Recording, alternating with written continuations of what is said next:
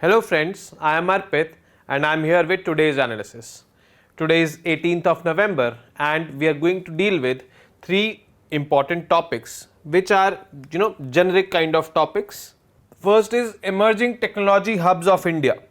Now why was this in news, emerging technology hubs of India? Because there was a report by Deloitte and according to this report the technology companies or tech based startups in India are moving towards tier 2 and tier 3 cities. Decentralization is being happening because presently till now technological hubs were these 7 cities.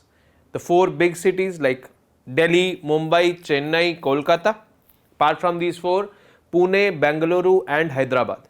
These 7 cities, these companies were concentrated.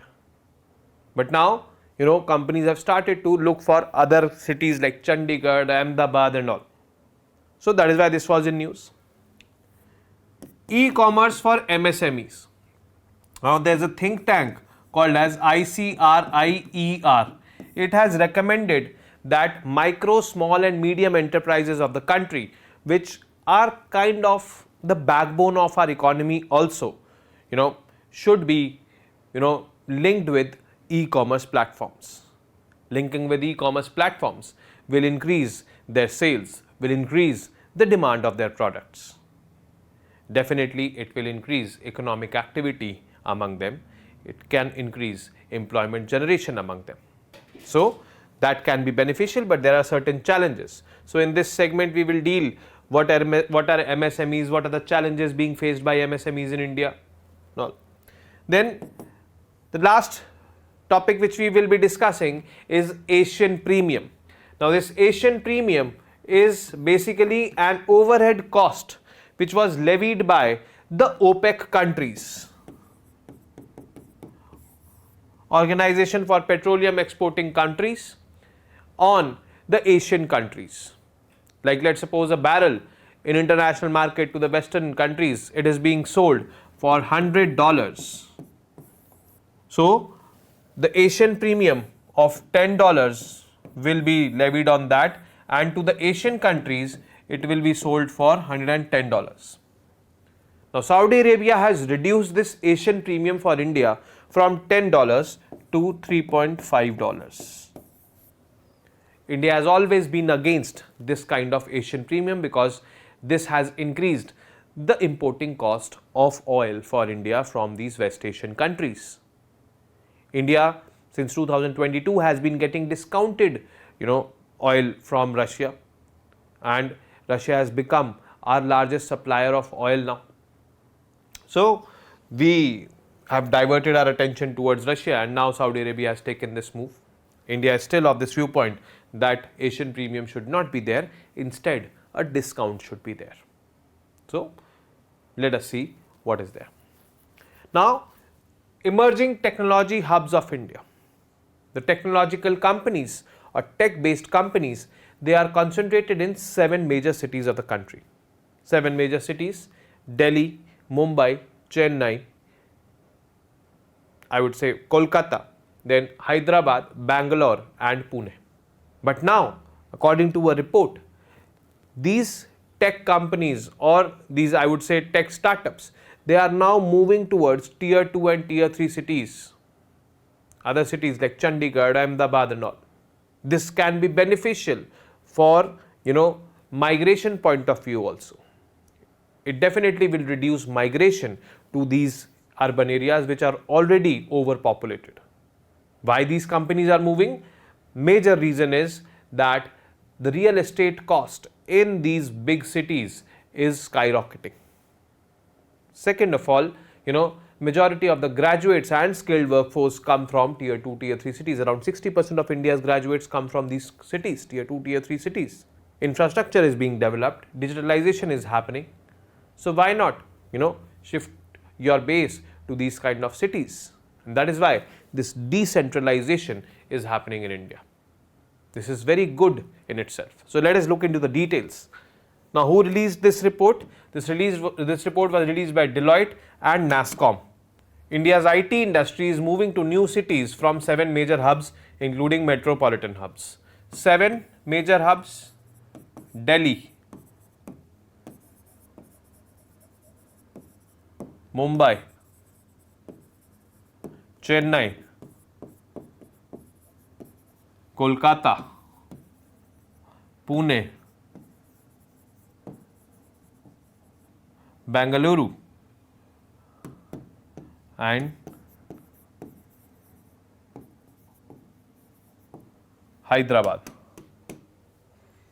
From these 7 cities, the IT industry is moving out, which is a very good initiative, I would say. The key findings of this report: what were the key findings? Technology industry is undergoing decentralization to 26 cities with representation from tier 2, tier 3 towns like Chandigarh, Kanpur and Ahmedabad. Majority of 5.4 million technology industry workers are concentrated in 7 major cities. We know the name of 7 cities.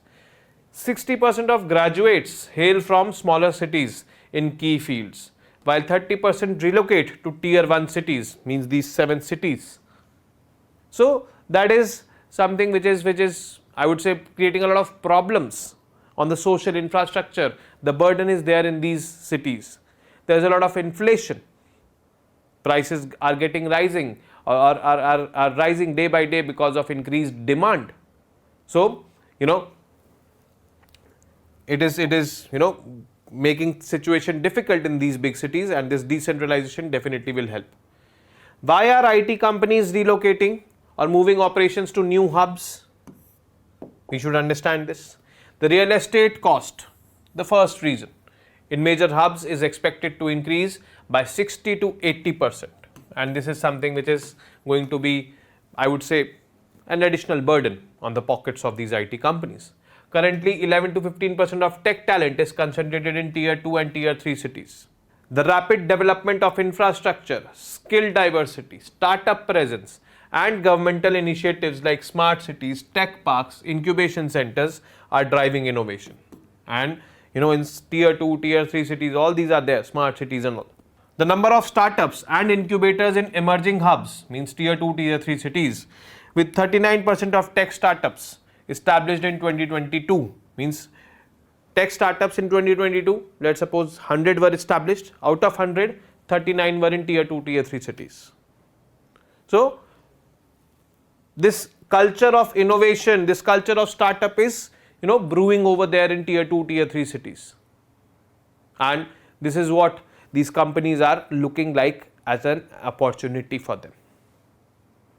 And it will definitely enable, I would say, all round development of the country, because development will not be concentrated, there will not be regional imbalance, there will be balance if these companies reach in those tier 2, tier 3 cities also.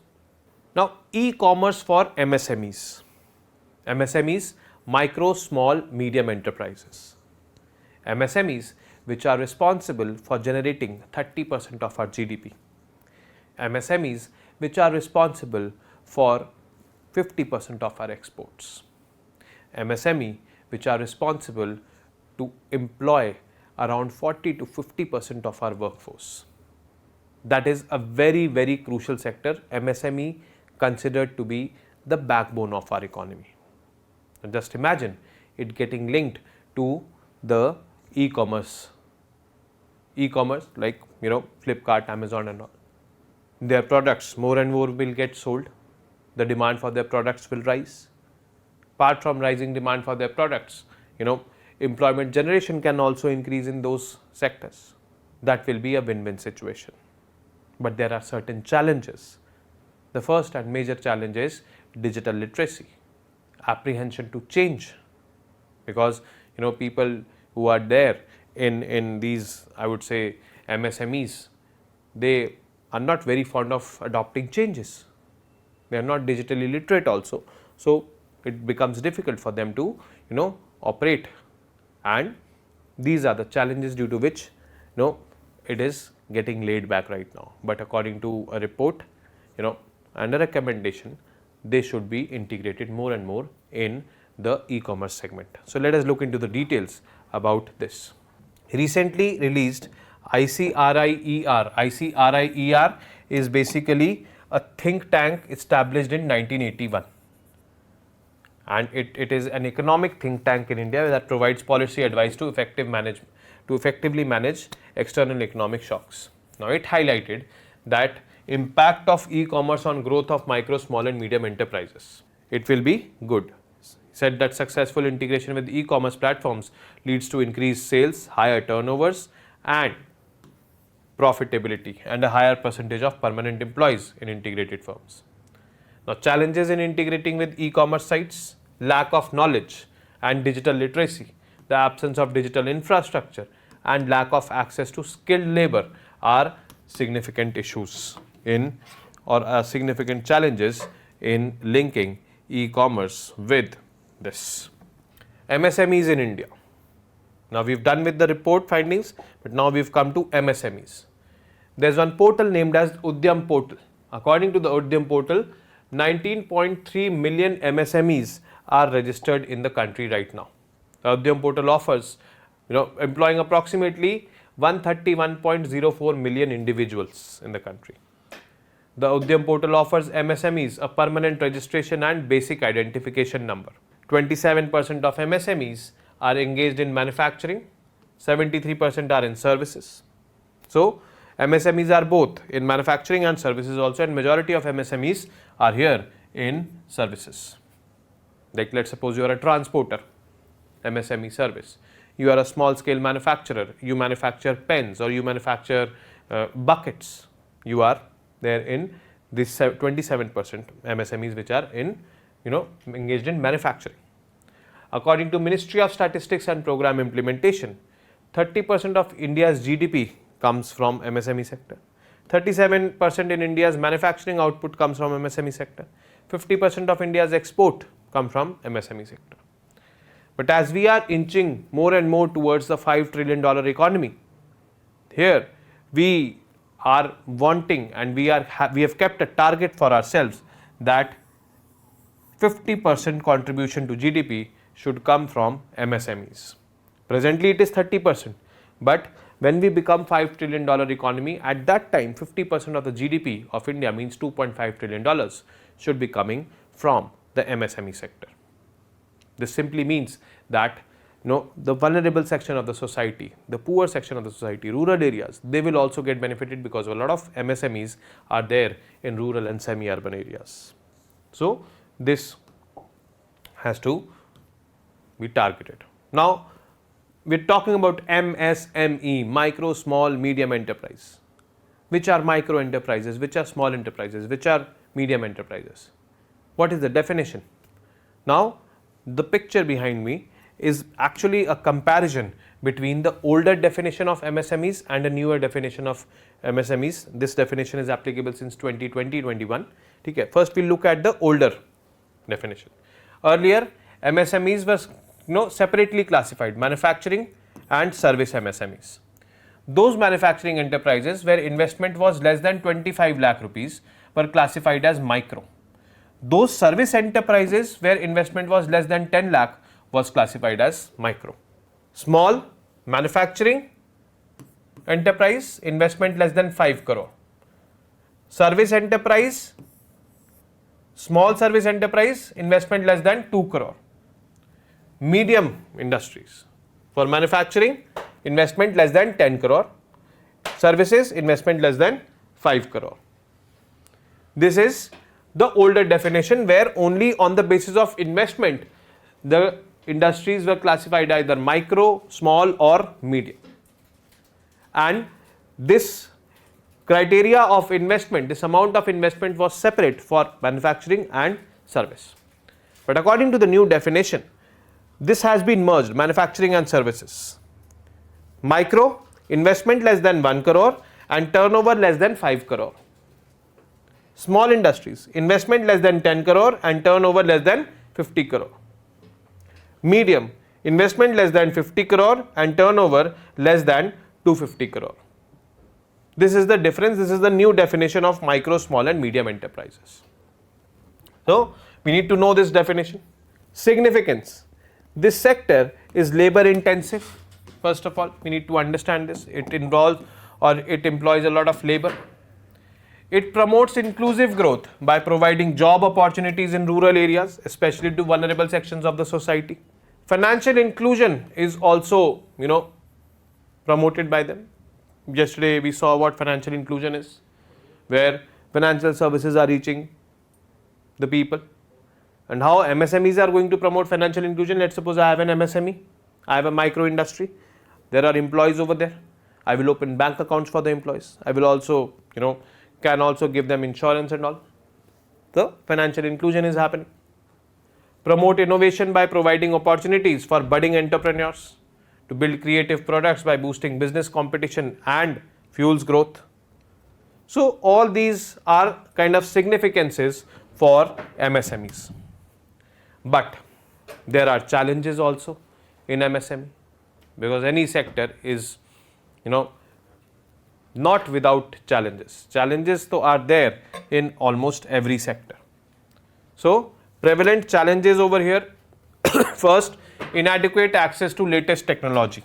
They are not having this. Why they are not having this? Either lack of funds, or I would say apprehension of adopting new things. Then unavailability of credit. This is also not freely available to them. Certain clauses are there, terms and conditions are there. And now what happens? They manufacture, they sell the products. The kind of system is kind of informal. The payment cycle is big. Means today I sold the product, but for that product I will be receiving the payment 2 months down the line, 3 months down the line. And in the meantime, I have to do more production. And the raw material which I purchase, I have to do the payment instantaneously. So at times, the cycle is not maintained, for which I need credit, and credit is unavailable. Since credit is unavailable, it makes difficult for procurement of raw materials. So that becomes difficult. Absence of skilled manpower. Actually, the skilled manpower largely is concentrated in large scale industries, micro, small, medium, and the categories over MSME. Apart from it, the larger industries are called as large scale industries. There the skilled manpower is concentrated largely. Scarcity of adequate infrastructure resources in the rural areas and all, electricity, roads, water supply, all these are certain challenges which make things difficult for MSMEs. Poor access to potential market. Marketing is not good, means you are producing good products but you don't have the skill to do marketing, or you don't know where to sell your products. And these are the challenges being faced by MSMEs frequently. So in this topic which we just covered, we covered what benefit MSMEs can get by integrating with the e-commerce platforms. This is a report highlighted by ICRIER, which is a think tank. Apart from it, we saw what MSMEs are, definition, what is the significance of MSMEs, what are the challenges of MSMEs in the country. The last piece of news, that is Asian premium. The oil producing countries in West Asia, they are producing oil and they all obviously have monopolistic control over that oil. Then they formed a cartel also, that is called as OPEC, Organization of Petroleum Exporting Countries. They decide what should be the price. And since the demand of petroleum products is more in Western countries, basically North Atlantic region, Europe, Western Europe and America. So there the oil which is going is at discounted price comparatively, or let's suppose $100 is the price. So at in those countries $90 it is going, they are getting discount. And these countries, oil producing countries, they are setting off this discount by charging a premium to Asian countries. $10 per barrel additional cost has to be paid by Asian countries like India. That is known as Asian premium. So at times Asian premium is called as the North Atlantic discount is equal to the Asian premium, because Asian premium is setting off that North Atlantic discount. Obviously, India is not in favor of this Asian premium since the very beginning. India in fact advocates that you should be giving us discount, Asian discount, forget about premium. But things didn't work out India's way. Last year when the Russia-Ukraine war started, we started importing more and more oil from Russia because Russia was giving us discounted oil, and comparatively our imports of oil from West Asia reduced. Now the heat is there in West Asia, and hence Saudi Arabia in September this year has decided to reduce the Asian premium for India from $10 per barrel to $3.5 per barrel. Still, India is saying that this should be removed, it should be brought to zero, or we should be given discount, because there is a lot of demand of oil in our country. But as of now, Asian premium has been reduced only from $10 to $3.5 per barrel. So let us look into the details of this.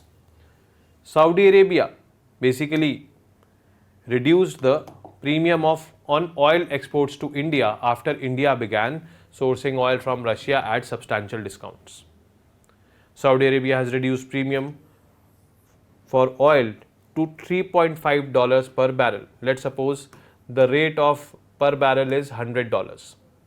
So earlier Saudi Arabia was charging $10 as premium, means India was purchasing it for $110 per barrel. But now India will be purchasing it for $103.5 per barrel, because this premium from $10 has been reduced to $3.5. What is Asian premium? The Organization of Petroleum Exporting Countries has been collecting an extra charge from Asian countries when selling oil compared to Western countries since the 1980s. That is Asian premium. Reasons for Asian premium. What are the reasons for Asian premium? Charging Asian premium. Asian countries heavily reliant on oil imports were essentially price takers, means they had to take the oil on whatever prices they were offered. Oil exporters utilized their significant bargaining power to control Asian oil imports while lowering prices for American and European customers. Saudi Arabia and other Gulf states maintain military and political support by supplying a significant amount of oil exports to the US and Europe. The Asian premium means is essentially a North Atlantic discount. They were getting for $90, let's suppose $100 per barrel is the rate. So these North Atlantic countries, they were getting for $90, and Asian countries were getting for $110. So whatever discount is equal to the premium. That is why the Asian premium is essentially the North Atlantic discount. India's stand on Asian premium, already told you, but yes, India is not in favor of this Asian premium. India has repeatedly urged oil producers to eliminate this premium and has even requested an Asian discount instead. India is diversifying its import sources to secure cheaper oil, and with Russia we have walked the talk that we are now procuring cheaper oil, and due to this probably Saudi Arabia might have taken the step of reducing the Asian premium for India. And this is it from today's session. Now I will be meeting you tomorrow with more such informative news pieces. I have had received the list in the comment boxes by you guys. I'll definitely be covering all of them, don't worry. But till then, you guys very well know what to do. Keep studying, keep reading, keep writing, and most importantly, keep revising. Namaste, Jai Hind.